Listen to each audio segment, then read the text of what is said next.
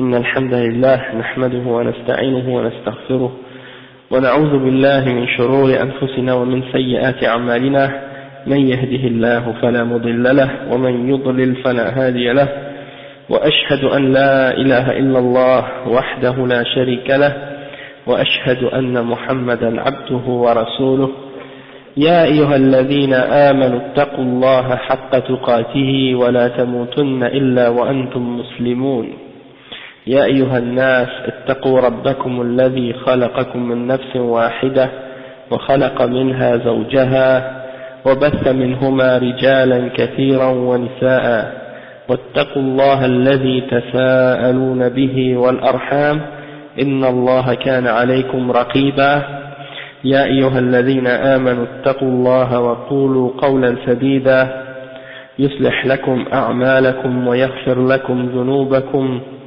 ومن يطع الله ورسوله فقد فاز فوزا عظيما وإن خير الكلام كلام الله وخير الهدي هدي محمد صلى الله عليه وسلم وإن شر الأمور محدثاتها وكل محدثة بدعة وكل بدعة ضلالة وكل ضلالة في النار.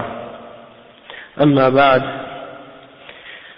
Donc on continue aujourd'hui, c'est le cours numéro 2 dans l'explication du livre Kashf al-Shubuhat du Cheikh Mohammed ibn Abdul Wahhab, et on lit également avec l'explication du Cheikh Zayd ibn Muhammad ibn Hadi al-Madkhali. Donc on est arrivé au passage où le Cheikh il dit, Cheikh Mohammed ibn Abdul Wahhab il dit أرسله الله إلى قوم يتعبدون ويحجون ويتصدقون ويذكرون الله كثيرا ولكنهم يجعلون بعض المخلوقات وسائط بينهم وبين الله يقولون نريد منهم التقرب إلى الله نريد شفاعتهم عنده مثل الملائكة وعيسى ومريم وأناس غيرهم من الصالحين. Qu'est-ce que ça signifie ce passage? Ça signifie que Allah subhanahu wa ta'ala il a envoyé son prophète Muhammad sallallahu alayhi wa sallam, comme il avait dit dans la dernière phrase, il avait dit qu'il a envoyé son prophète Muhammad sallallahu alayhi wa sallam pour casser les images des idoles que les gens avaient construites. Et donc Allah subhanahu wa ta'ala il l'a envoyé à un peuple qui adore, qui font le hajj, qui donnent sadaqa, c'est-à-dire ils donnent des charités. وَيَذْكُرُونَ اللَّهَ كَثِيرًا, ils se souviennent d'Allah, ils mentionnent Allah subhanahu wa ta'ala, ils se souviennent d'Allah subhanahu wa ta'ala beaucoup. Mais le problème, c'est quoi le problème? C'est qu'ils ont pris entre eux et Allah subhanahu wa ta'ala des intermédiaires. Ils ont pris entre eux et Allah, ou ils ont mis entre eux et Allah des intermédiaires pour adorer Allah subhanahu wa ta'ala. Donc ils disent quoi? Ces mouchriquins du temps du prophète sallallahu alayhi wa sallam, ils disent nous on veut seulement se rapprocher à Allah subhanahu wa ta'ala par ceux-là, et on veut leur intercession auprès d'Allah subhanahu wa ta'ala, comme les anges, comme Isa, l'intercession de Isa, l'intercession de Maryam et d'autres parmi les salihin. Ok, donc le Cheikh Zayd il explique, il dit وبين المؤلف رحمه الله بأن القوم الذين أرسل إليهم النبي صلى الله عليه وسلم كانوا يتعبدون، وهذا هو المعروف الواضح في سيرة القوم، فقد كانوا في جد واجتهاد في العبادة واحترام البيت والعيانة بالحجيج ويتصدقون ويذكرون الله، ولكنهم يجعلون بعض المخلوقات وسائط بينهم وبين الله، وهذا هو عين الشرك الأكبر. أي إن تلك الأصنام والأوثان على اختلاف أنواعها جعلوها وسائط، يعني يعتقدون بأنهم لا طريق لهم إلى الله عز وجل ولا حصول على قضاء حوائجهم إلا بواسطة، إما من الأحياء وإما من الأموات وإما من الملائكة وإما من عالم الجن وإما من الأشجار والأحجار وإما من الشمس والقمر إلى غير ذلك مما كان يفعله المشركون. Donc le cheikh il dit que l'auteur a expliqué rahimahullah que le peuple auquel le prophète Mohammed sallallahu alayhi wa sallam a été envoyé, eux aussi faisaient des adorations, faisaient toutes sortes de formes d'adoration. Ok, c'est pas des gens qui reniaient l'existence de Dieu ou qui disaient non, il n'y a rien qui a créé. Hein? C'est des gens qui reconnaissaient l'existence de Dieu et qui, en plus de ça, ils faisaient beaucoup de bonnes œuvres aussi. C'est pas seulement qu'ils tuaient puis qu'ils faisaient du mal, c'était pas juste des gens méchants tout le temps qui faisaient juste du mal. Ils faisaient aussi des actes d'adoration. Ils priaient, hein? Ils donnaient en aumône pour les pauvres. Hein, ils donnaient de l'eau au hujjaj lorsque les gens venaient faire le hajj à la Kaaba, hein, les gens adoraient les idoles, ils donnaient de l'eau et ils faisaient preuve de générosité envers les gens, hein, et puis ils faisaient beaucoup d'efforts dans les adorations qu'ils faisaient, et ils se rappelaient d'Allah subhanahu wa ta'ala souvent, donc ils faisaient des œuvres d'adoration. Et la même chose aujourd'hui pour les autres mouchriquins, les bouddhistes, les hindous, les chrétiens, les juifs, ils font pas ni du mal, ils adorent leurs dieux, ils adorent leurs idoles, des fois ils prennent des intermédiaires, comme les mouchriquins au temps du prophète sallallahu alayhi wa sallam, ils faisaient. C'est ça le problème.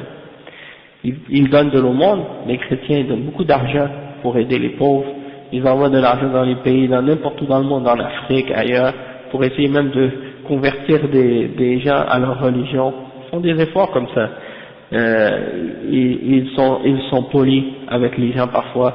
Il y en a qui sont impolis, mais il y en a aussi qui sont polis. Hein? Il y en a qui sont bien élevés, il y en a qui sont mal élevés, mais on voit que dans leur religion, bon, il y a quelque chose qui incite les gens à faire le bien. La même chose pour les hindous. Tu vois que ils font des actes d'adoration, ils prient, ils font plein d'autres trucs. Les bouddhistes, la même chose. Hein? Ils font plein d'actes d'adoration. Mais est-ce que c'est ça le problème? Le problème, comme le cheikh il dit, hein, c'est qu'ils prennent des créatures entre eux et Allah subhanahu wa ta'ala dans l'adoration. Et c'est ça le shirk. C'est ça le shirk al-akbar. C'est ça le shirk majeur qui fait que quelqu'un n'a aucun espoir pour aller au paradis par la suite s'il l'a fait. Hein, c'est ça le plus grand parmi tous les péchés. C'est le péché que si tu le fais, toutes tes autres œuvres sont zéro, nul. Hein? Donc le cheikh il dit, hey, inna tilka l'asnam, hein, ces idoles, et ces choses que les gens adoraient, peu importe leur catégorie et leur sorte, hein, qu'ils mettaient entre eux et Allah subhanahu wa ta'ala comme intermédiaire, ils croyaient que personne ne pouvait arriver à Allah subhanahu wa ta'ala sans passer par ces intermédiaires-là. Hein, c'est comme les chrétiens, ils te disent, tu peux pas adorer Dieu sauf si tu pries par Jésus. Si tu pries Dieu directement, ça passe pas, c'est pas bon.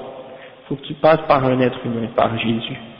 Hein, les bouddhistes, les hindous et tous les autres, les mushrikins, les gens de bid'ah parmi les soufis qui incitent à adorer autre que Allah subhanahu wa ta'ala, la même chose. Il dit, si tu passes pas par un wali, si tu passes pas par un ange, si tu passes pas par un prophète, si tu passes pas par un saint, si tu passes pas par une pierre, ou par la lune, ou par le soleil, ou par un astre, ou par quelque chose, ça passe pas. Dieu va pas accepter ce que tu dis. Dieu va pas accepter ce que tu fais. Pour différentes raisons qu'ils ont inventées. Allez. Donc, le cheikh il dit, c'est ça ce qu'il dit. Il dit qu'il croit que tu peux pas aller à Allah, excepté en passant par ces idoles-là. Ensuite, il dit que tu peux pas remplir tes besoins, excepté en demandant à travers ces êtres-là, et en prenant ceux-là comme des intermédiaires. Soit par les intermédiaires qui sont vivants, que ce soit des êtres vivants, ou bien des êtres morts, même parmi des animaux des fois.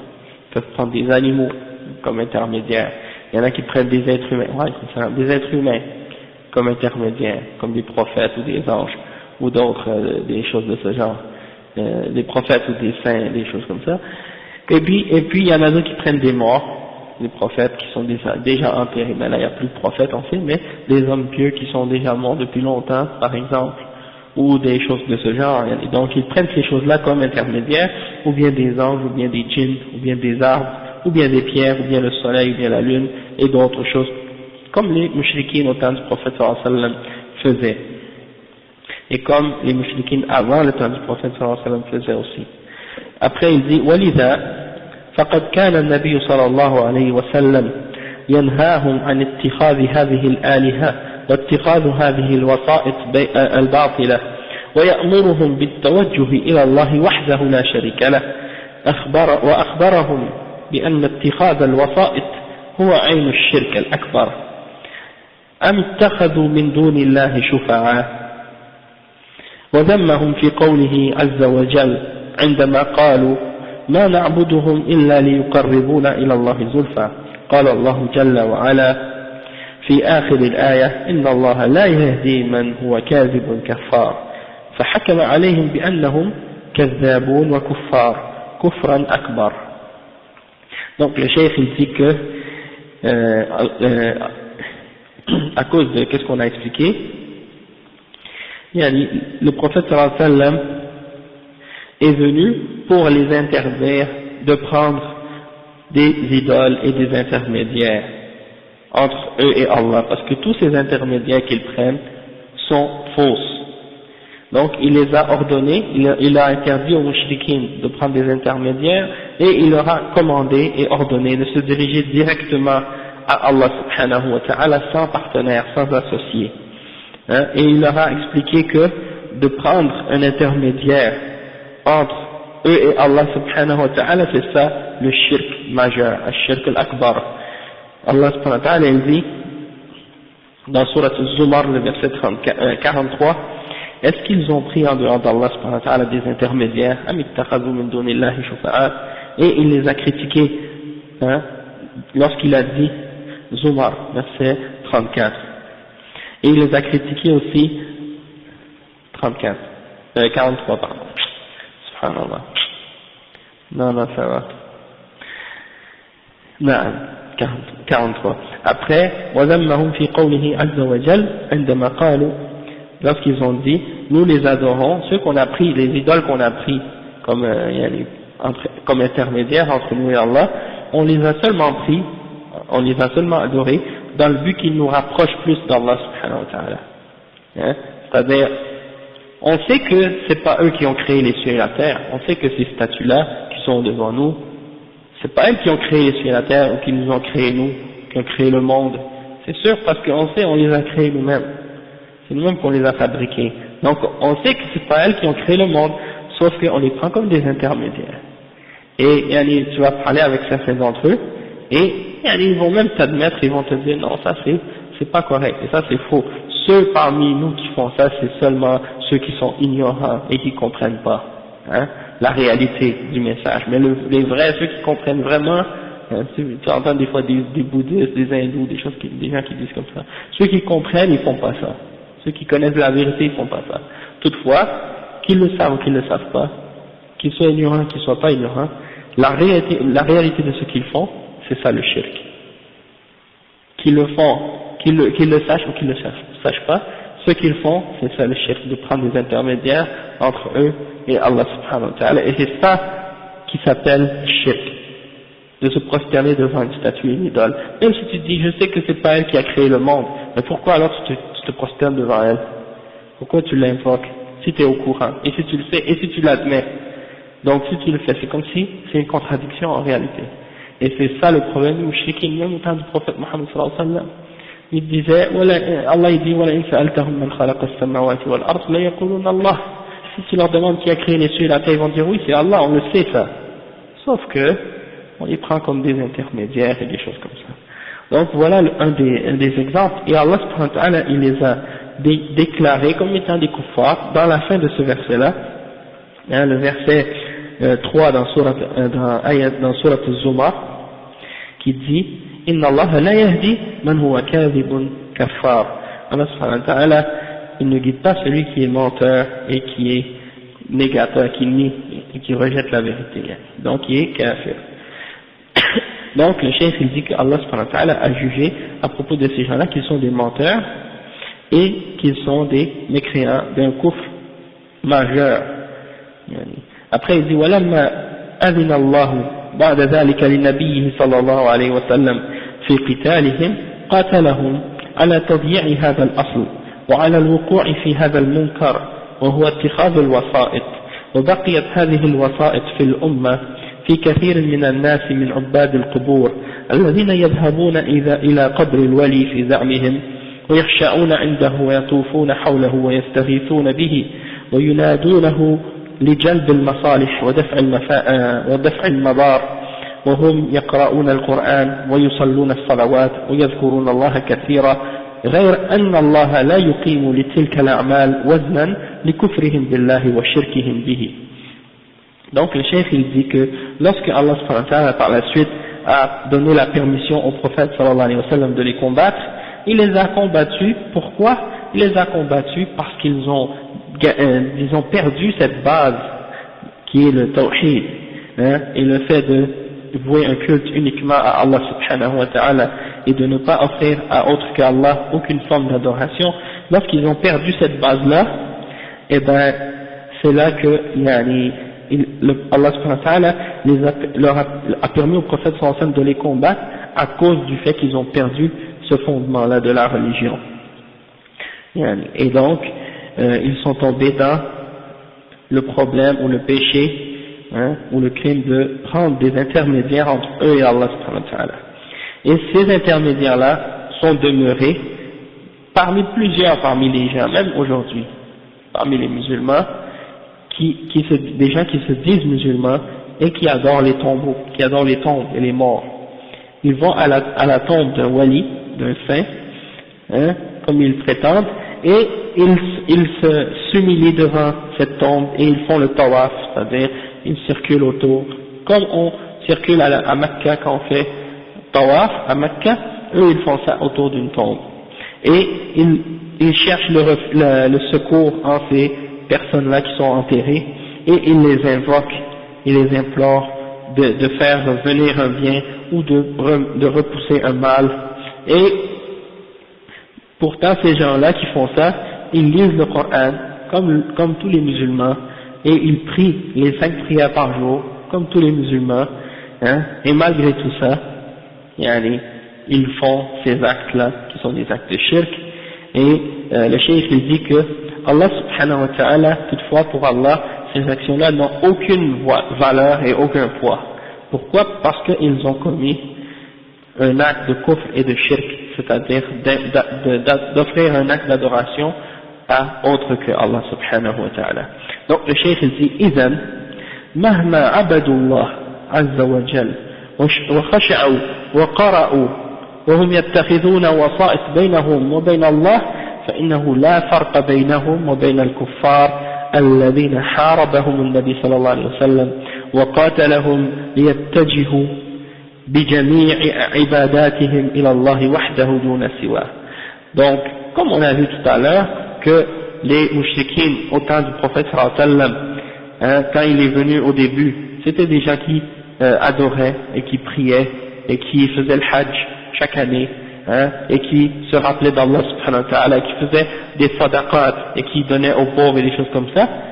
Donc même s'ils faisaient tous ces actes de bien là, on a vu que peu importe à quel point ils adoraient, ça n'avait aucune valeur pour Allah subhanahu wa ta'ala. Et bien la même chose aussi pour ceux aujourd'hui qui disent La ilaha illallah, Muhammad Rasulullah, et qui prient, et qui jeûnent, et qui font le zakat, et qui font salat, et qui font le hajj, mais qui ont offert à autre que Allah subhanahu wa ta'ala des adorations, ou qui ont pris des intermédiaires entre eux et Allah subhanahu wa ta'ala. Et bien là ça veut dire qu'il n'y a pas de différence entre eux et les mouchriquines au temps du prophète sallallahu alayhi wa sallam, et c'est-à-dire il n'y a pas de différence entre ces gens-là, qui sont des kuffars, de la même façon que le prophète sallallahu alayhi wa sallam a combattu ceux qui étaient à son époque, parce qu'ils n'ont pas offert toutes leurs adorations à Allah subhanahu wa ta'ala lui seul.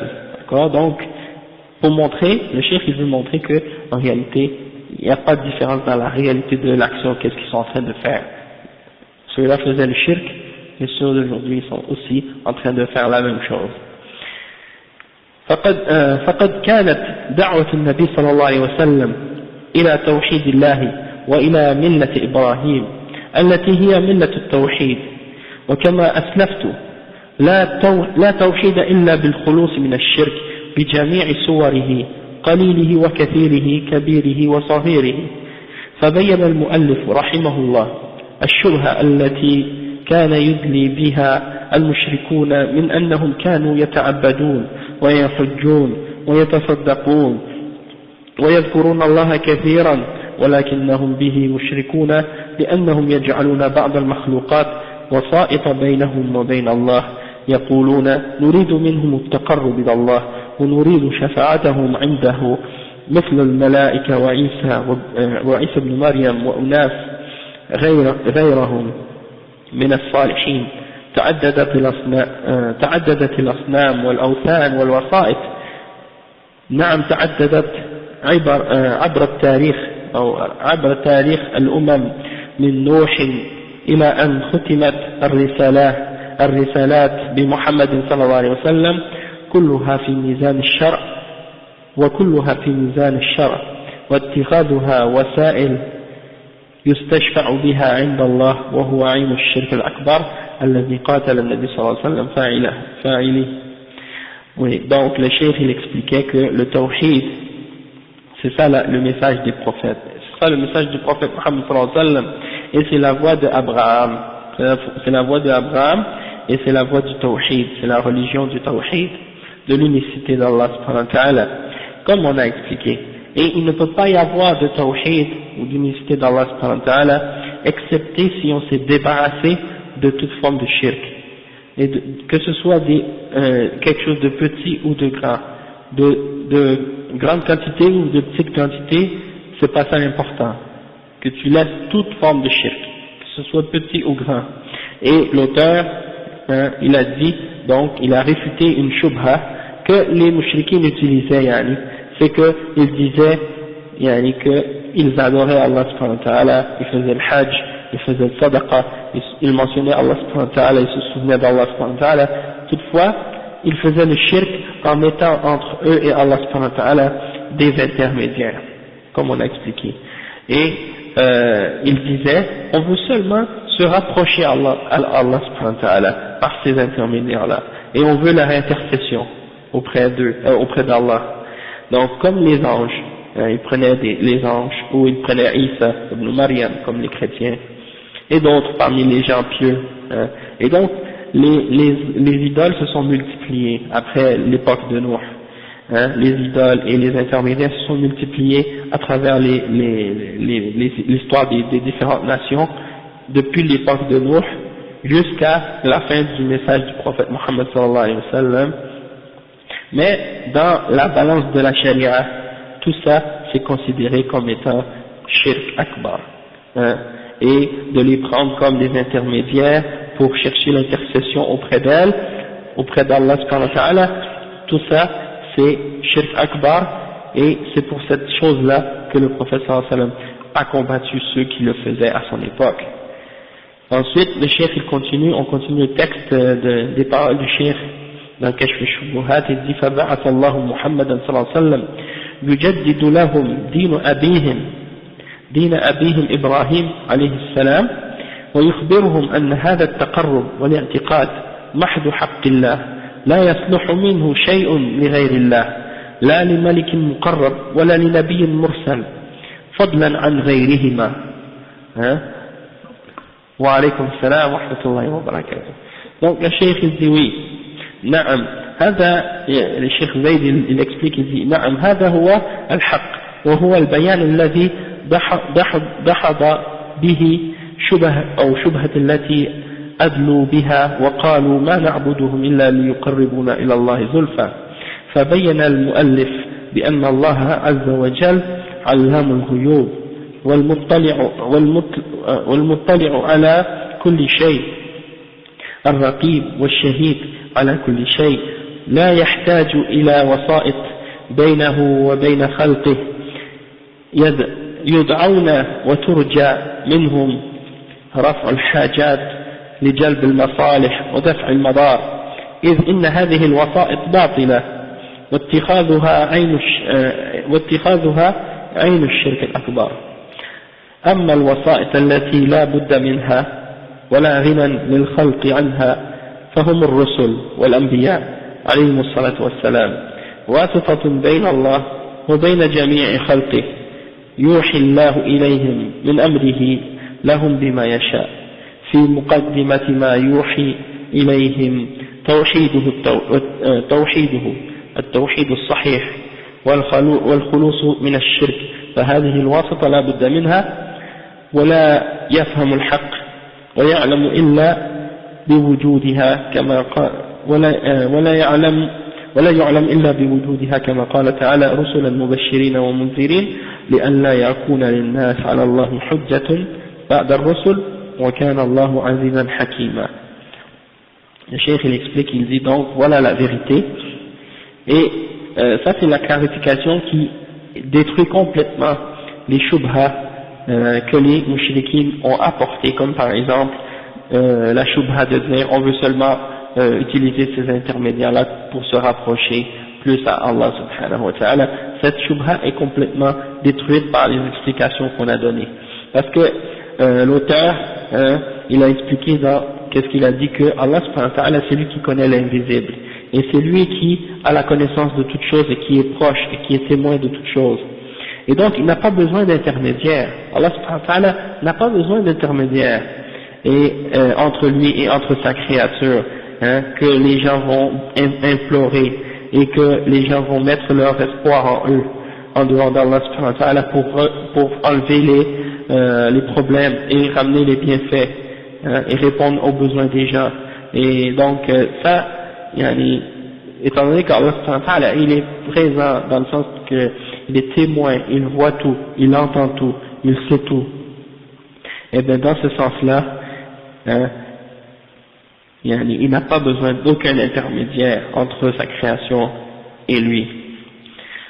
Toutefois, il dit, ceux qui prennent ce genre d'intermédiaire-là pour approcher Allah, pour arriver à l'adorer à travers des créations, ceux-là sont des mushrikins. Ça c'est le shirk al-akbar. Toutefois, il y a une autre forme d'intermédiaire, et cet intermédiaire-là, elle est absolument nécessaire. Et c'est quoi cet intermédiaire-là? C'est l'intermédiaire des messagers et des prophètes. Et on peut dire que c'est l'intermédiaire dans le sens que on a besoin de ces intermédiaires-là pour nous transmettre le message d'Allah subhanahu wa ta'ala, pour nous faire connaître qu'est-ce qu'Allah subhanahu wa ta'ala veut de nous, qu'est-ce qu'il veut, comment il veut qu'on l'adore, comment il veut qu'on vive sur cette terre, c'est quoi les règles qu'on doit suivre.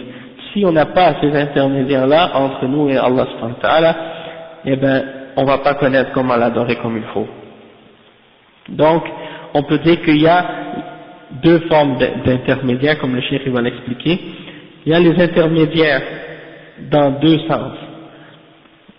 L'intermédiaire entre Allah et sa création, de l'homme vers Allah et de Allah vers l'homme. Le premier, il est faux parce que c'est shirk, mais le deuxième, il est vrai parce que c'est la transmission du message de la prophétie et de la révélation, dans le sens que nous, vers Allah, entre nous, quand on se dirige vers Allah, dans le sens quand on veut l'adorer, on n'a pas le droit de prendre un intermédiaire, mais de Allah à nous, dans le sens quand il s'adresse à nous, eh ben il passe par des intermédiaires, et donc on doit accepter cette forme d'intermédiaire là. Et ça, c'est ce point-là, beaucoup de gens ont mal compris ça aujourd'hui.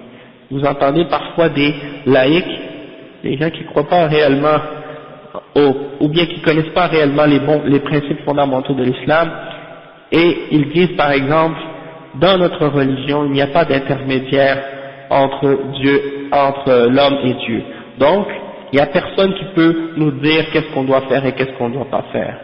C'est comme si ils ont mélangé les deux formes d'intermédiaires, l'intercession ou les intermédiaires.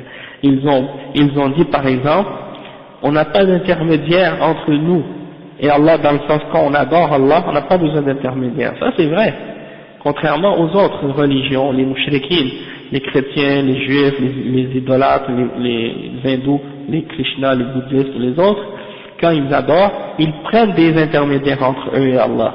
Et nous, on rejette ça. Et quand ils veulent demander pardon, les chrétiens, ils doivent aller voir un prêtre, rentrer dans un petit confessionnal, hein, et là ils rentrent, ils s'assoient, et là ils doivent dire au prêtre qu'est-ce qu'ils ont fait comme péché, et là le prêtre il doit par exemple faire une prière, puis là il va dire d'accord, tu peux t'en aller en paix, maintenant ça y est, t'es pardonné. Hein, ça c'est dans la religion des mouchriquines et des kuffars. Ils prennent des intermédiaires entre eux et Allah pour demander pardon, pour adorer, pour faire d'autres choses, ils passent par une statue, ou par une image, ou par un prêtre, hein, tandis que dans l'islam, non. Si tu veux demander pardon, c'est entre toi et Allah, tu n'as pas besoin de parler à personne parmi les créatures, à personne, tu vas directement prier à Allah, demander pardon à Allah, toute seule directement. Tandis que, lorsque tu veux connaître la religion d'Allah, qu'est-ce qui est halal, qu'est-ce qui est haram, qu'est-ce qui est wajib, qu'est-ce qui est mustahab, qu'est-ce qui est des choses comme ça de la religion, eh bien là il y a des intermédiaires.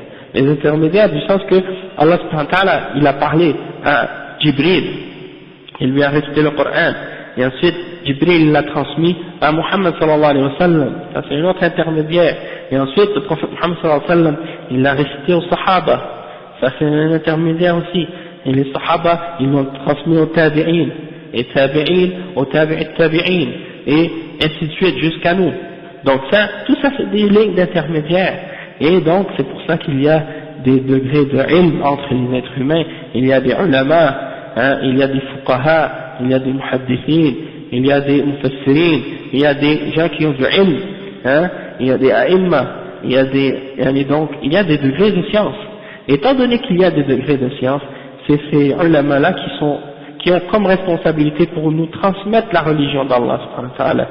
Et le prophète sallallahu alayhi wa sallam il dit que al-ulama hum warathatul anbiya, les savants ce sont les héritiers des prophètes, et les prophètes ils ne laissent pas de l'argent et des choses comme ça, ils laissent de la connaissance, ils laissent du ilm, et ce ilm les gens se le transmettent, et c'est ça ce qui fait la différence dans la connaissance entre les gens. Et c'est pour ça que si quelqu'un nous transmet quelque chose ou nous dit quelque chose de la religion d'Allah, il juge selon le Coran et selon la Sunna, eh bien, dans ce cas-là, on ne dit pas, ah non, lui, il veut se mettre un intermédiaire entre nous et Allah. Non, c'est la science qu'il transmet, c'est tout. Mais ces gens-là, comme j'avais dit, ils ont mélangé les deux notions d'intermédiaire, et à cause de ça, ils sont tombés dans cette confusion-là.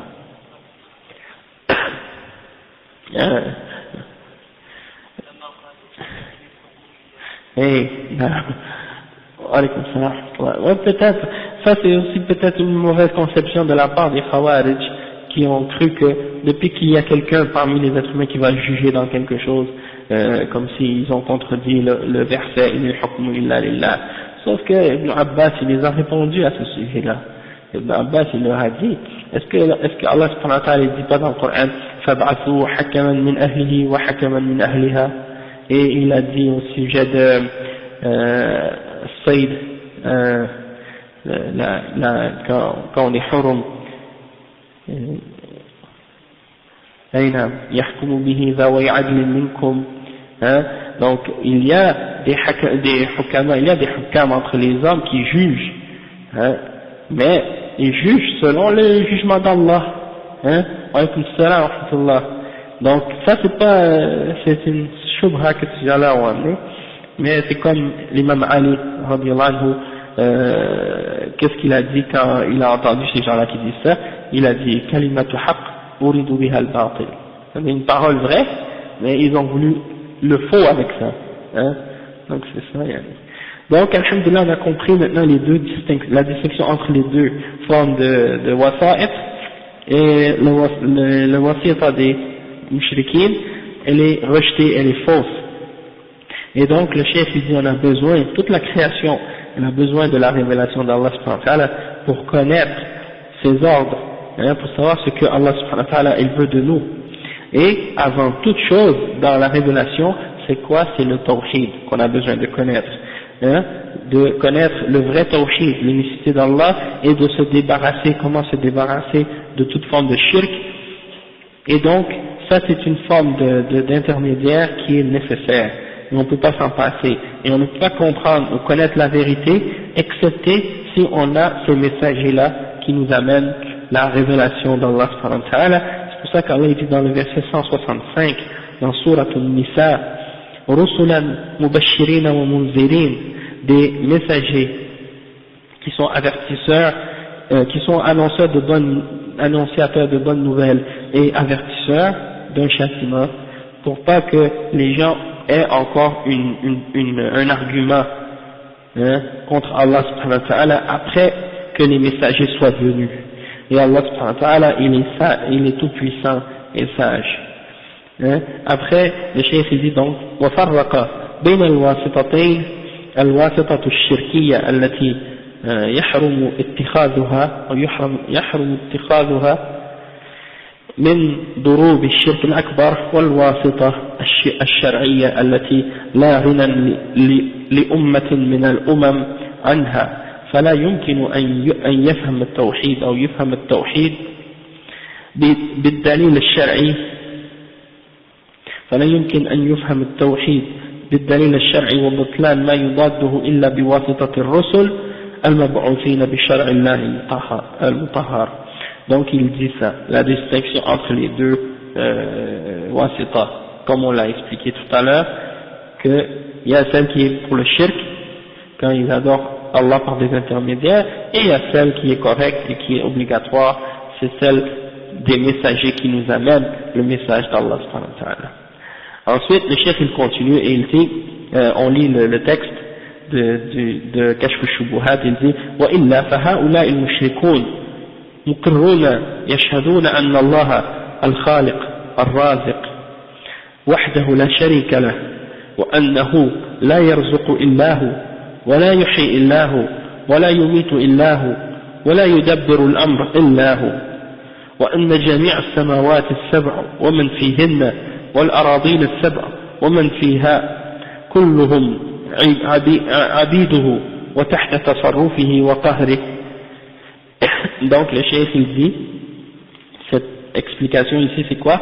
Ça veut dire sinon, hein, tous les mushrikoun, les idolâtres, ils témoignent et ils confirment tous et ils témoignent que Allah subhanahu wa ta'ala c'est lui qui est le créateur, le pourvoyeur, lui seul, il n'a pas de partenaire dans ces choses-là, et ils disent qu'il est celui qui donne le risque et personne autre que lui, et ils disent que c'est lui qui fait vivre et personne autre que lui, et ils disent que c'est lui qui fait mourir et personne autre que lui, et ils disent que c'est lui qui contrôle toutes les affaires, personne d'autre en dehors de lui, et que tout ce qui est dans les 7 cieux, et tout ce qui est dans les terres, les 7 terres et tout ce qu'il y a dedans, tout ça sont tous, disons, esclaves et soumis à Allah subhanahu wa ta'ala et sous son commandement et sous son ordre et sa puissance. Donc ça veut dire que ces mushrikines là, ils sont d'accord avec ça, ils acceptent ça, d'accord? Et le cheikh dit وهذا الاعتراف حصل من المشركين لكنهم لم يضيفوا إليه ما يستلزمه وهو إفراد الله عز وجل بكل عبادة من ذبح ونذر ودعاء واستغاثة ورجاء وتوكل ورغبة ورهبة إلى غير ذلك من العبادات الظاهرة والباطنة التي لا يجوز أن تصرف لأحد من المخلوقات أو من مخلوقات الله، لا ملك مقرب ولا نبي مرسل ولا صالح من الصالحين إلى غير ذلك، ومن صرف منها شيئا لغير الله فهو مشرك بعد قيام الحجة الرسالية عليه، إذ إن الإقرار بربوبية الله وأنه الخالق الرازق لم يدخل أحدا في الإسلام ولو كان يدخل أحدا في الإسلام ما قاتل النبي صلى الله عليه وسلم أولئك المشركين وقد أقروا بربوبية الله وتصرفه المطلق في عالم السماء وعالم الأرض.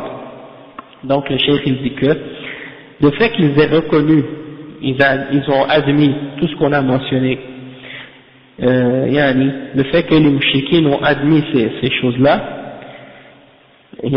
mais étant donné qu'ils n'ont pas rajouté à cet avou-là ou à cette reconnaissance-là, ils n'ont pas ajouté le fait de vouer uniquement à Allah subhanahu wa ta'ala l'adoration, donc ça fait en sorte qu'ils ne sont pas considérés comme étant des musulmans.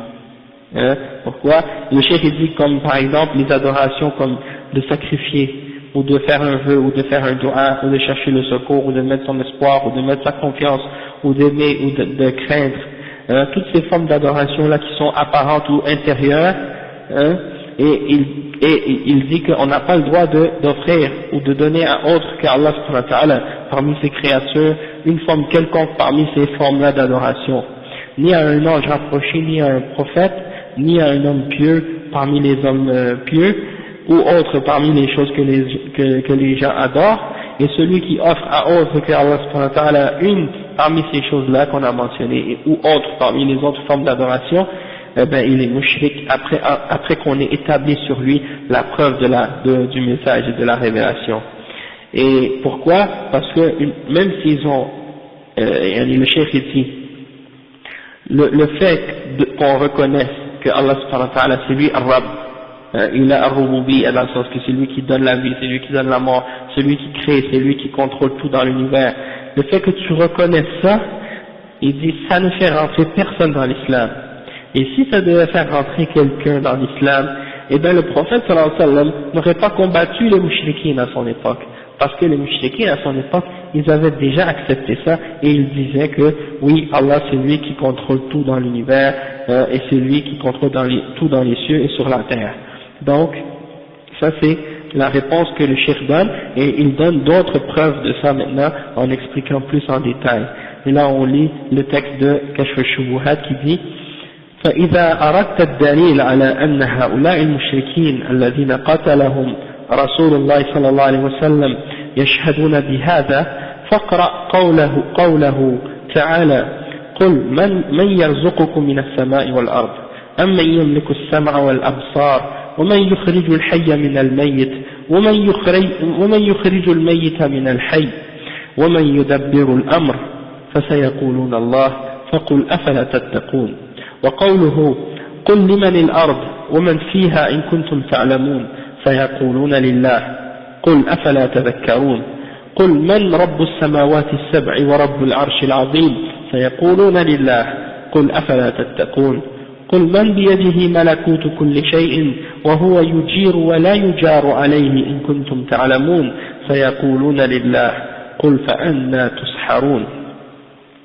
وغير ذلك من الآيات. Donc le cheikh il dit que si tu veux savoir la preuve que ces mouchriquins là que le prophète sallallahu alayhi wa sallam a combattu, ils témoignaient de tout ce qu'on a mentionné parmi les signes de Ar-Rububiyya, du fait que Allah subhanahu wa ta'ala c'est lui qui a tout créé, qui est le maître de tout. Si tu veux savoir la preuve de ça, eh bien lis le verset dans lequel Allah subhanahu wa ta'ala il dit, dans Surat Yunus, le verset 31, il dit ô Muhammad, dis à ces gens, qui vous donne votre subsistance des cieux et de la terre, ou bien qui détient l'ouïe et la vue, ou bien qui fait sortir la vie de la mort, et qui fait sortir la mort de la vie, et qui contrôle toute l'affaire.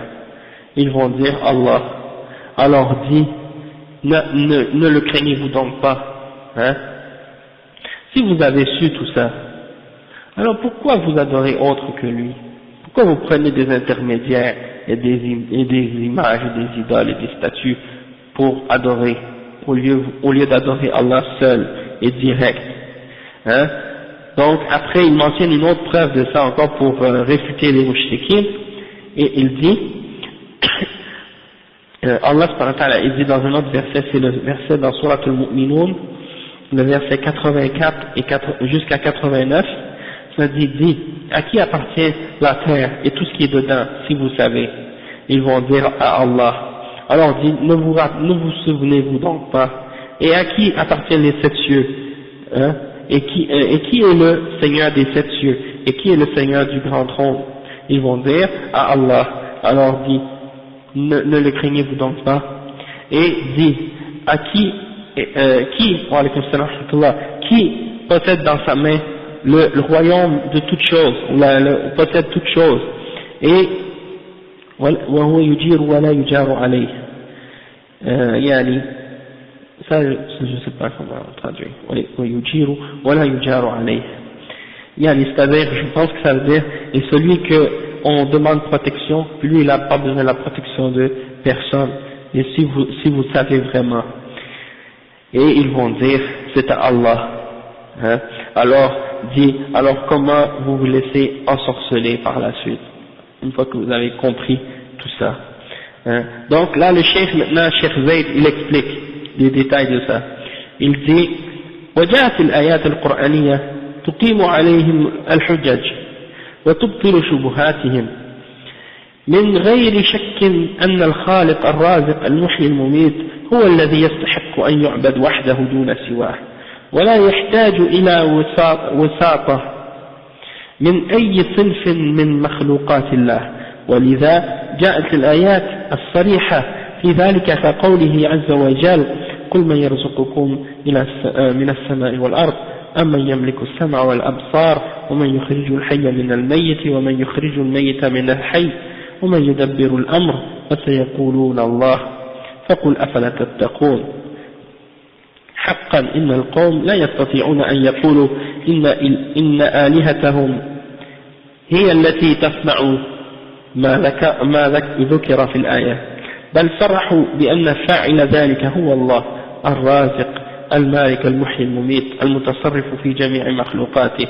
ولهذا قال تعالى فسيقولون الله فقل أفلا تتقون، أي أفلا تتقون الله تبارك وتعالى وتفردونه بالعبادة دون سواه وتتركون عبادة ما سواه وتتخلصون منها، فإنما سواه لا يستحقون من العبادة شيئا.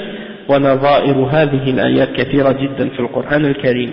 Donc le cheikh il dit que les versets dans le Coran qui sont venus pour établir les preuves et détruire leurs doutes et leurs shubuhat, leurs objections qu'ils ont amenées contre le tawhid, donc ces versets-là sont venus pour détruire tout ça.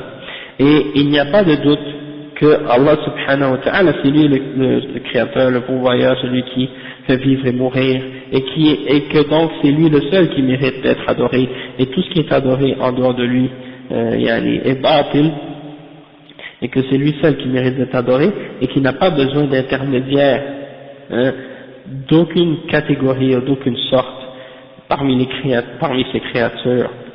Et c'est pour ça que Allah subhanahu wa ta'ala, il a clairement dit ça dans le verset, comme dans le verset qu'on a lu tout à l'heure dans Surat Yunus, le verset 31, qui dit qui vous donne votre subsistance dans les cieux et sur la terre, qui possède l'ouïe et la vue, et qui fait sortir la vie de la mort, ou qui fait sortir la mort de la vie, et qui contrôle toute l'affaire. Ils vont dire c'est Allah.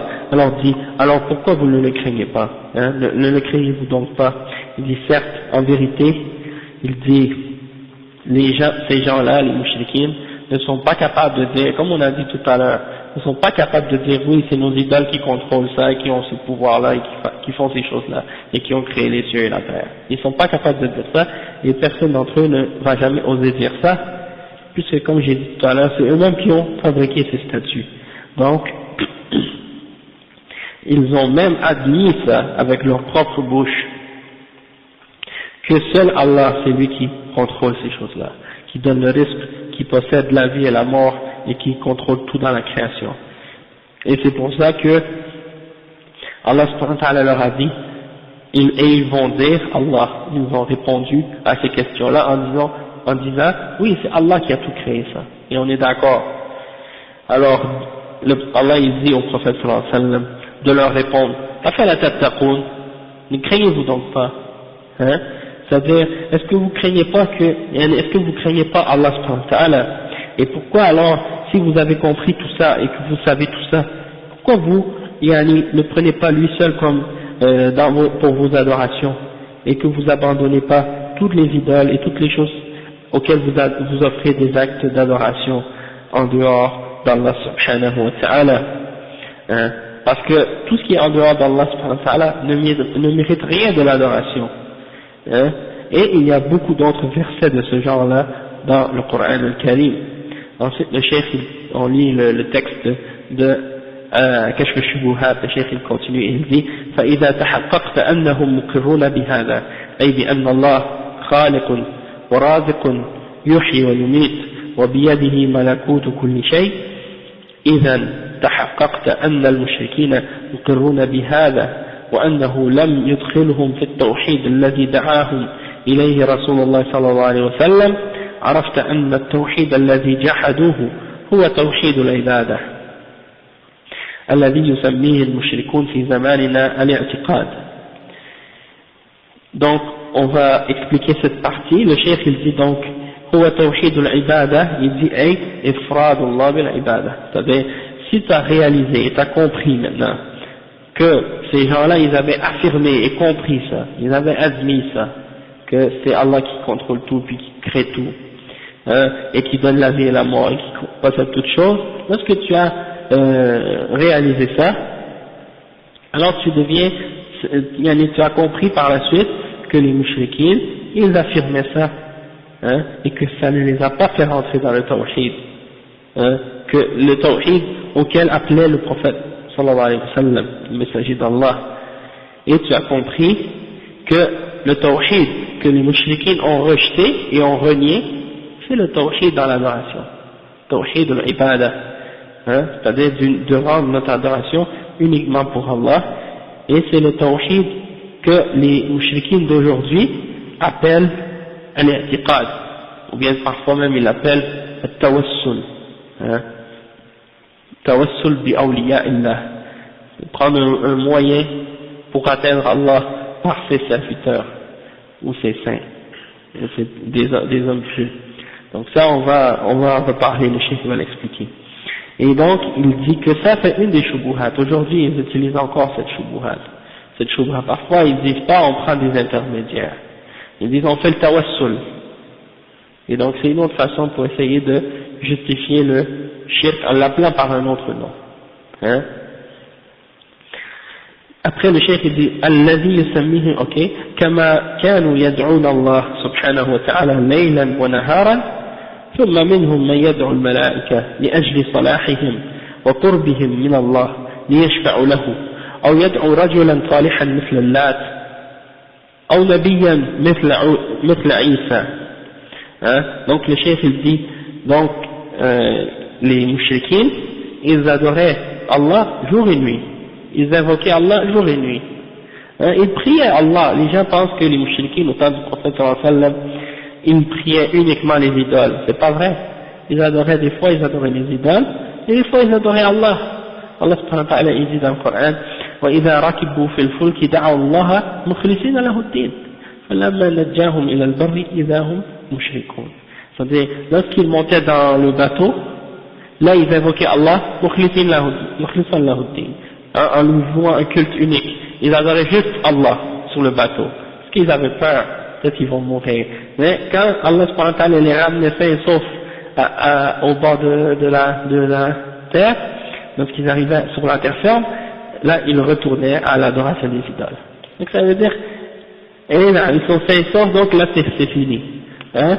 Donc ça c'est l'exemple que ces gens-là aussi ils adoraient pas juste les idoles, ils adoraient Allah aussi, hein. Donc le cheikh il dit donc et parfois donc ils adoraient Allah subhanahu wa ta'ala, ils disent ils adoraient Allah jour et nuit, et puis parmi eux il y en a qui adoraient les anges, parce qu'ils savent que les anges sont des êtres vertueux et ils sont proches, ils sont rapprochés d'Allah subhanahu wa ta'ala, donc ils les invoquaient pour demander aux anges d'intercéder pour eux, ou bien ils invoquaient un homme pieux parmi les hommes pieux comme Allat.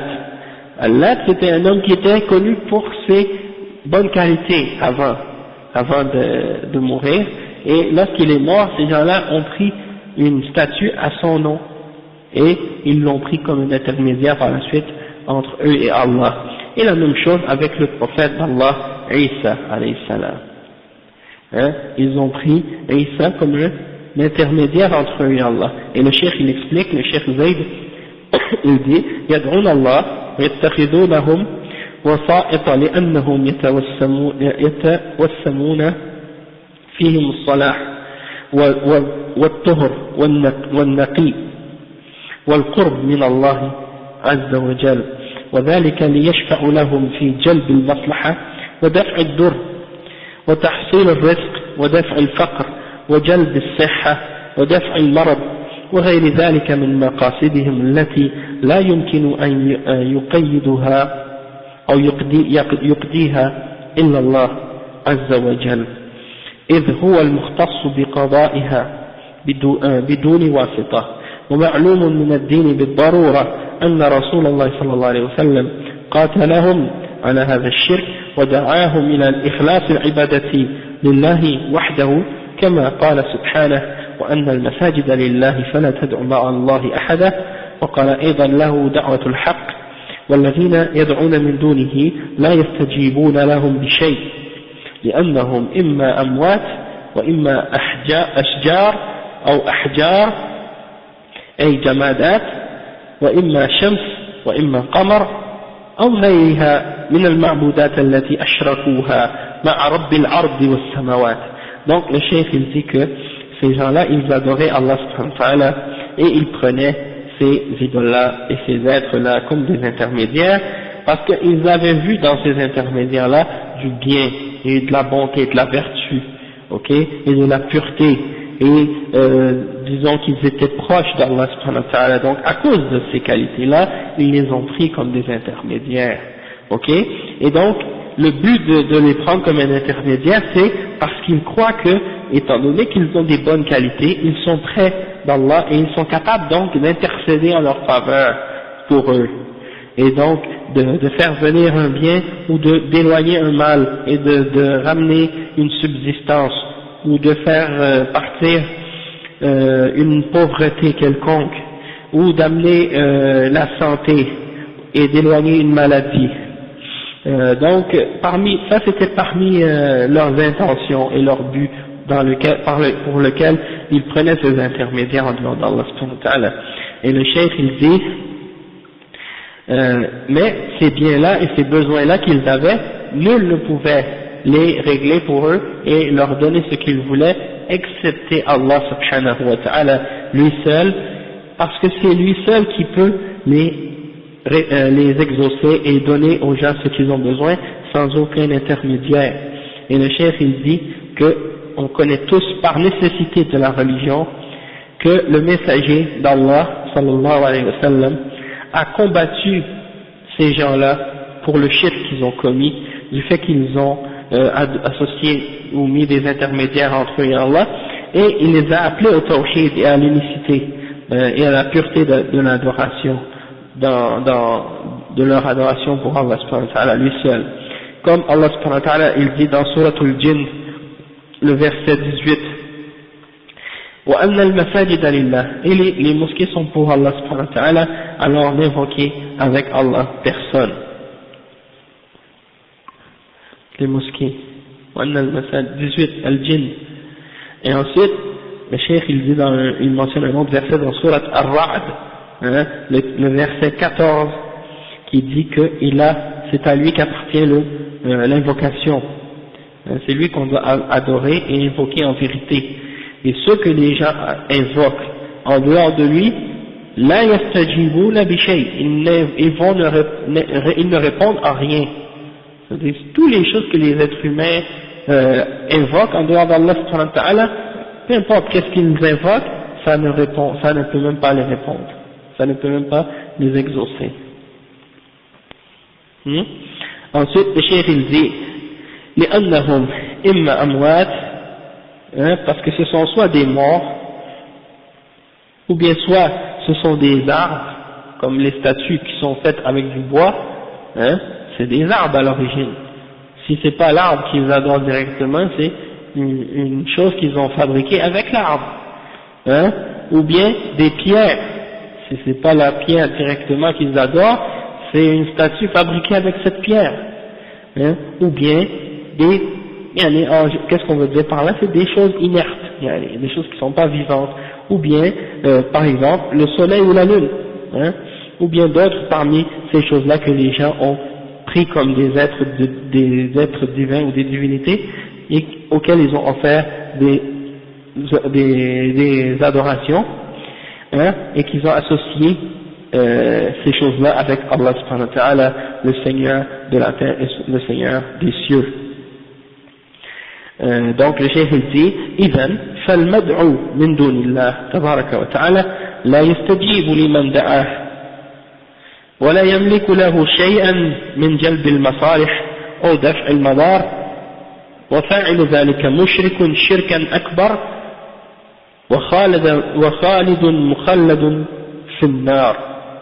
Le cheikh dit donc, la personne qui est invoquée ou la chose qui est invoquée en dehors d'Allah subhanahu wa ta'ala ne répondra pas à celui qui l'appelle, et il ne possède pas la capacité de ramener un bien ou de repousser un mal, et celui qui fait ça, qui invoque autre que Allah, eh ben il a commis un acte de shirk, et c'est un mushrik, il a commis un acte de shirk akbar, c'est-à-dire majeur, et il sera éternellement dans le feu de l'enfer.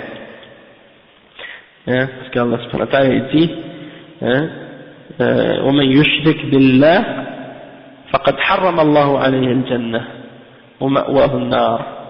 Celui qui fait le shirk avec Allah subhanahu wa ta'ala, et bien Allah lui a interdit le paradis, hein, et sa destination c'est l'enfer. Donc c'est sûr qu'il est éternellement dans l'enfer.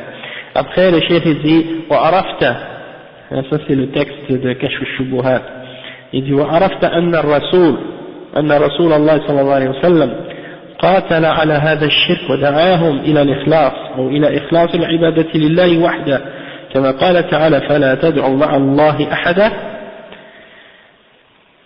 وكما قال له دعوة الحق والذين يدعون من دونه لا يستجيبون بشيء وتحققت أن رسول الله صلى الله عليه وسلم قاتلهم ليكون الدعاء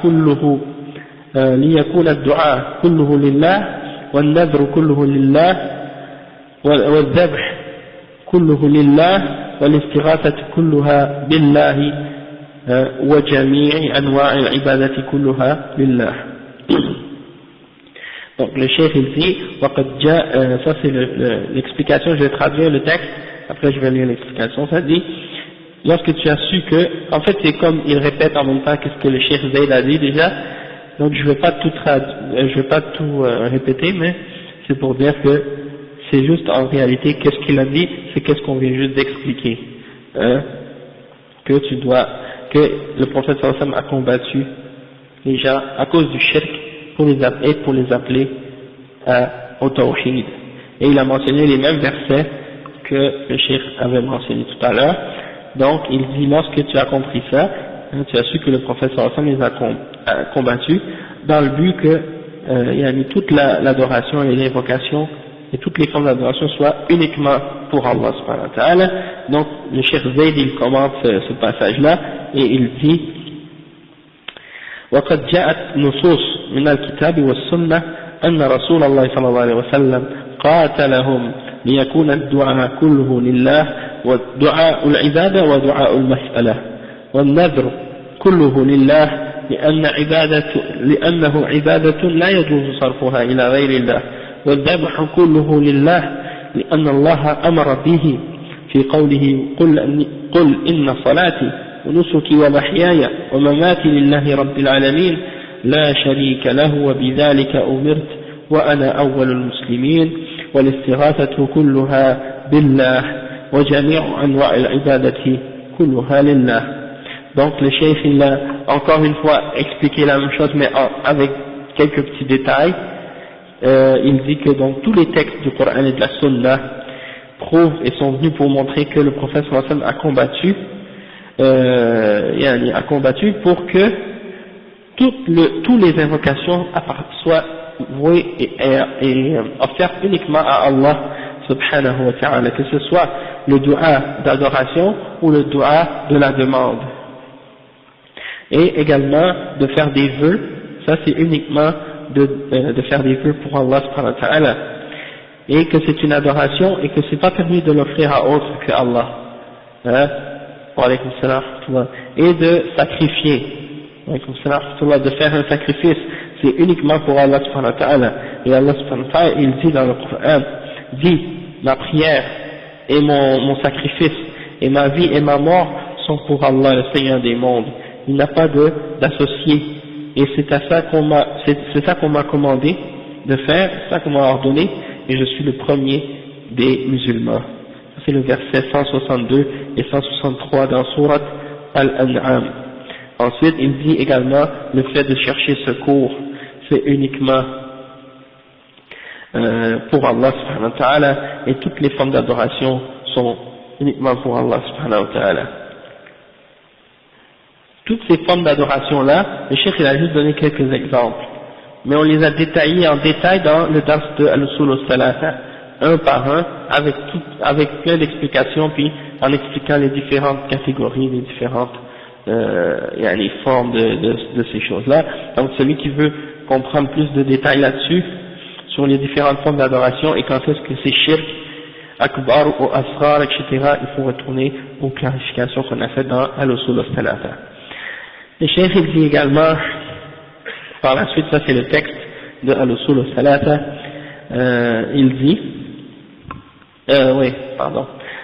ça c'est le texte de Kashf al-Shubuhat, il dit, وعرفت أن إقرارهم بتوحيد الربوبية لم يدخلهم في الإسلام وأن قصدهم الملائكة أو الأنبياء أو الأولياء يريدون شفاعتهم والتقرب إلى الله بذلك هو الذي أحل دماءهم وأموالهم.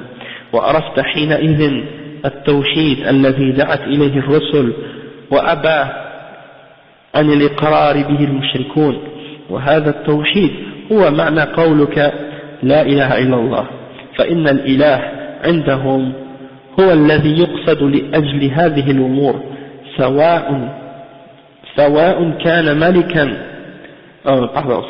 كان ملكا أو نبيا أو وليا أو شجرة أو قبرا أو جنيا، لم يريدوا أن الإله هو الخالق الرازق المدبر، فإنهم يعلمون أن ذلك لله وحده كما قدمت لك أو قدمت لك، وإنما يعنون بالإله ما يعني المشركون في زماننا بلفظ السيد، فأتاهم النبي صلى الله عليه وسلم يدعوهم إلى كلمة التوحيد وهي لا إله إلا الله، والمراد من هذه الكلمة معناها لا مجرد لفظها، والكفار الجهال يعلمون أن مراد النبي صلى الله عليه وسلم بهذه الكلمة هو إفراد الله تعالى بالتعلق به، والكفر بما يعبد من دون الله والبراءة منه.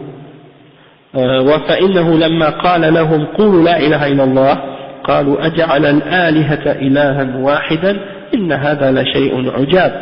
Donc ici il y a une bonne explication du Cheikh Muhammad Abdul Wahhab. Il dit وعرفت أن إقرارهم بتوحيد الربوبية لم يدخلهم في الإسلام وأن قصدهم الملائكة والأنبياء أو الأولياء يريدون شفاعتهم والتقرب إليهم. Qu'est-ce que ça veut dire? C'est-à-dire, lorsque tu as compris que le fait qu'ils ont accepté l'unicité d'Allah dans la souveraineté, quand ils ont cru que Allah c'est le créateur et le pourvoyeur et celui qui fait vivre et mourir, etc., ça les a pas fait rentrer dans l'islam, et que quand ils parlaient, quand ils invoquaient ou quand ils adoraient les autres créatures comme les anges et les prophètes et les saints, ils voulaient uniquement leurs intercessions et ils voulaient uniquement se rapprocher à Allah subhanahu wa ta'ala en faisant ces choses-là, et que c'est ça en réalité qui a rendu leur sang et leur bien halal, et qui a fait en sorte que qui a donné le droit au prophète sallallahu alayhi wa sallam de les combattre de la part d'Allah subhanahu wa ta'ala. Donc lorsque tu as compris ça, eh bien tu as compris en réalité que le tawhid auquel les messagers ont appelé et que les mushrikines ont refusé d'accepter, c'est le tawhid dans l'adoration, le tawhid qui est la signification même de la ilaha illallah, c'est-à-dire rien ne mérite d'être adoré excepté Allah. C'est ça le tawhid que les mushrikines ont refusé d'accepter, c'est la ilaha illallah.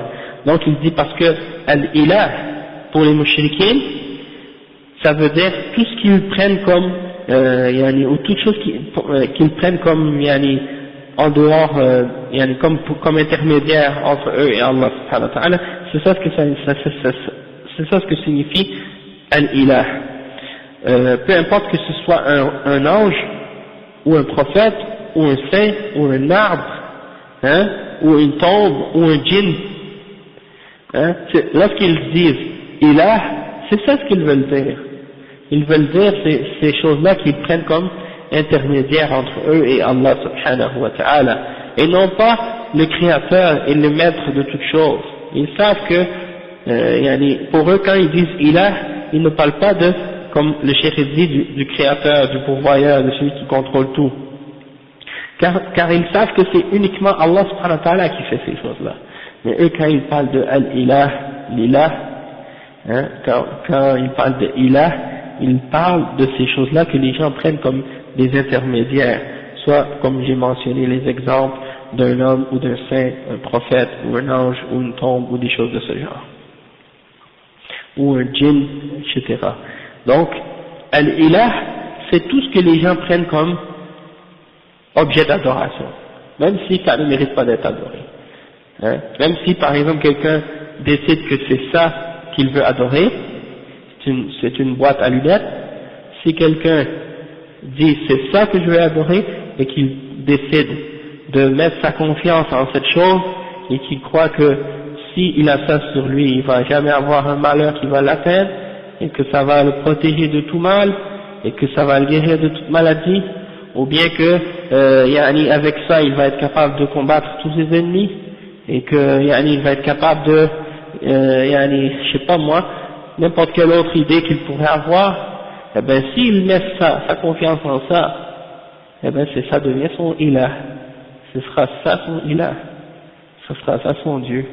Et quand le prophète sallallahu alayhi wa sallam est venu, il a dit la ilaha illallah, eh ben les mouchriquins ont compris que si on dit la ilaha illallah, eh ben on doit plus prendre ça comme ilah, on doit laisser ça, on doit l'abandonner puis adorer seulement Allah, et c'est ça qu'ils n'ont pas voulu accepter. Ils ont dit, on dit que Dieu c'est le créateur, et ils disent oui, on sait que Dieu c'est le créateur, le maître et tout, sauf que on prend ça comme pour nous rapprocher d'Allah. Et donc c'est ça l'exemple, et c'est ça le problème de ces gens-là. Et le cheikh il dit, donc, quand ils ont compris que Allah subhanahu wa ta'ala, ils ont su que c'est lui le créateur, le pourvoyeur, qui contrôle toutes choses, et que c'est seul Allah qui crée et tout ça, toutefois, ils ont pris en dehors d'Allah subhanahu wa ta'ala des intermédiaires, et ils ont associé avec Allah subhanahu wa ta'ala, comme les mouchriquines d'aujourd'hui, utilisent, au lieu de dire ilah, ils disent le sayyid fulan. Quand ils ont un malheur, ou quand ils ont un problème, ou quand ils ont besoin de quelque chose, ils vont voir le sayyid. Et c'est le sayyid qui va les aider et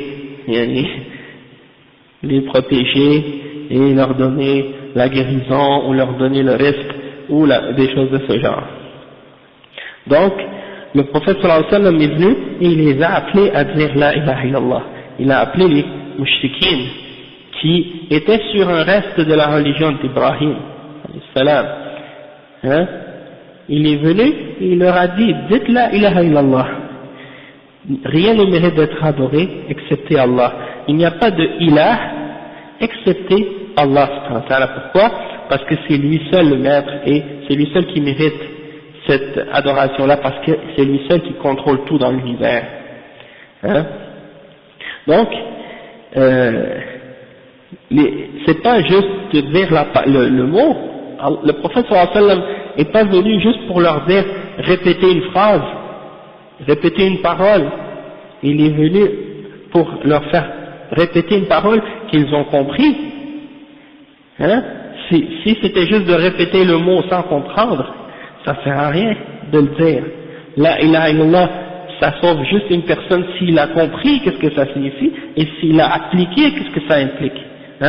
Et donc, le cheikh il dit, ya'lamouna, il dit même les ignorants parmi les mouchriquines de l'époque du prophète sallallahu alayhi wa sallam, ceux qui ne sont pas éduqués parmi eux, ils savent que la signification de la ilaha illallah, c'est pas juste de dire le mot avec la bouche, mais il faut abandonner tout ce qu'on a pris comme idole en dehors d'Allah ou comme chose qu'on adore en dehors d'Allah. Il faut l'abandonner et vouer toute notre adoration uniquement pour Allah et rejeter tout ce qui est adoré en dehors d'Allah subhanahu wa ta'ala. Al-bara'a min ash-shirk, c'est-à-dire de se désavouer complètement de tout ce qui est adoré en dehors d'Allah subhanahu wa ta'ala. Donc c'est ça la signification de la ilaha illallah, et non pas juste de dire avec la bouche la ilaha illallah sans comprendre. Et le cheikh il dit, et donc étant donné qu'ils ont compris que ça voulait dire ça, ils ont compris les mouchriquins que ça voulait dire d'abandonner les choses qui sont adorées en dehors d'Allah, ils ont refusé de le dire. Et donc lorsque le prophète sallallahu alayhi wa sallam leur disait dites la ilaha illallah, قالوا أجعل الآلهة إلها واحدا إن هذا لشيء عجاب. Est-ce qu'il a fait de toutes nos divinités un seul objet d'adoration, une seule chose qu'on adore, on laisse tomber toutes les autres? Il dit ça c'est certes une chose étonnante. Ça c'est le verset numéro 5 dans Surat Sad. Et le cheikh il explique et il dit, le cheikh Zayd il explique ça en disant وقد تقدم معنا في غير موضع أن إقرارهم بتوحيد الربوبية لم يدخلهم في الإسلام، وأن توجههم إلى معبوداتهم كالملائكة أو الأنبياء أو الأولياء يريدون شفاعتهم عمل باطل، إذ لا حاجة لمخلوق في أن يتخذ واسطة بين المخلوقين وبين الخالق تبارك وتعالى، لأنه قريب ممن دعاه كما قال عز وجل وإذا سألك عبادي عني فإني قريب أجيب دعوة الداعي إذا دعان. فكانت دعوة النبي صلى الله عليه وسلم لقومه لينبذوا الوسائط وليحققوا لا إله إلا الله بمعناها لا بلفظها. Ok, donc le chef il dit que comme on a déjà expliqué tout à l'heure, dans plusieurs endroits, on a expliqué que juste de témoigner du rububiyya, tawhid al-rububiyya, c'est dire oui, Dieu c'est le seul créateur, c'est le seul pourvoyeur, c'est celui qui fait vivre et qui fait mourir, ça te fait pas rentrer dans l'islam. Si tu crois en ça, mais tu adores autre que Allah, ça suffit pas. Donc il faut, alors, il dit que également le fait qu'ils se dirigeaient vers leurs objets d'adoration comme les anges ou les prophètes ou les saints et qu'ils demandaient leur intercession, il dit tout ça c'est faux, c'est une action qui est fausse, qui est nulle, c'est shirk. Et le cheikh il dit que Allah subhanahu wa ta'ala n'a aucun besoin parmi ses créatures, il n'a pas besoin d'aucun intermédiaire entre lui et sa création. Donc nous on n'a pas besoin de prendre aucun intermédiaire entre nous et Allah subhanahu wa ta'ala pour l'adorer. On l'adore directement. Parce que il est proche de celui qui l'invoque. Il est près de celui qui l'invoque. Allah subhanahu wa ta'ala il dit, et lorsque mon serviteur me demande, je suis prêt. Et je réponds à l'invocation de celui qui m'invoque. Ujibu da'wat ad-da'i idha da'an. Donc, le cheikh il dit donc le message du prophète sallallahu alayhi wa sallam pour son peuple, c'était de détruire et d'éliminer et d'enlever tous les intermédiaires entre Allah et sa création dans l'adoration, et pour qu'il puisse établir la réelle signification de la ilaha illallah dans sa signification, et non pas juste dans sa prononciation, ou bien dans le fait de le dire avec la bouche. Tu dis la ilaha illallah 1 million de fois, puis après tu mets ta confiance en un sayyid, ou bien à une tombe, ou bien à un ange, ou un prophète, ou un saint, ou une autre créature, ou bien une boîte à lunettes, et bien ça, tout ça, ça veut dire que c'est shirk billah, et que ton témoignage vaut rien. Et on continuera la semaine prochaine. Subhanakallahumma wa bihamdik, ashhadu an la ilaha illa anta, astaghfiruka wa atubu ilayk.